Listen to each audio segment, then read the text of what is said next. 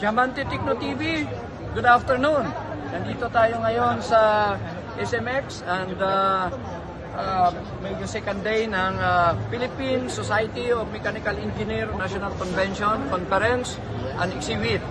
Nandito tayo ngayon sa Diamante Group, yung nag-organize ng conference in water and other technical seminar. And sa ngayon, medyo magandang-maganda na yung mga result. Yung first day, Water Industrial Manufacturing Conference. And then this afternoon, mga plenary technical session. Punong-puno itong area na ito.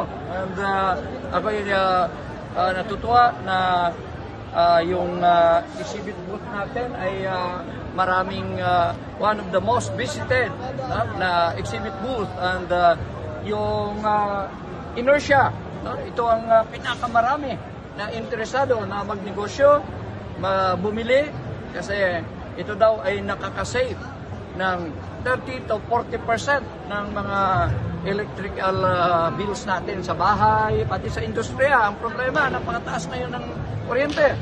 Nandito ang chairman of the board ng inertia. Sir, hindi mo mapakilala sarili mo at saka may paliwanag yung produkto na ito, pero pakilala mo rin yung kumpanya. Okay. Ako po pala si Jomar Sungad, CEO of Chairman of Prime Global Inertia Power Saver.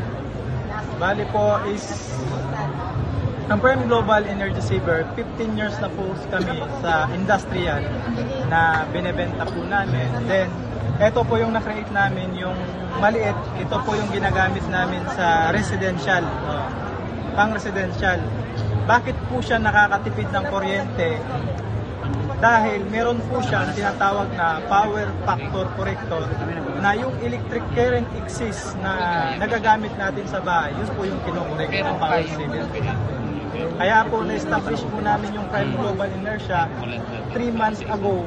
Kaya I believe din po na marami pa kaming matutunan na gusto namin ma-share din yung technology namin na to help people na makatipid po sila sa kuryente. Hindi lang po not only Philippines lang, kundi sa ibang bansa po din ma-share po namin. Wow! So nakikita nyo sa nakikita ko, all over the Philippines, no? Mga Pilipino ay makinabang, no? At saka this is a good news sa lahat-lahat, no? Because sila ay nag-produce ng mga pang-residential, no? Personal and commercial, pero nakumpisa sila 13 years ago sa industrial. Okay? So this is the right event. Ito ay Philippine Society of Mechanical Engineers in charge of the industrial, okay, manufacturing companies.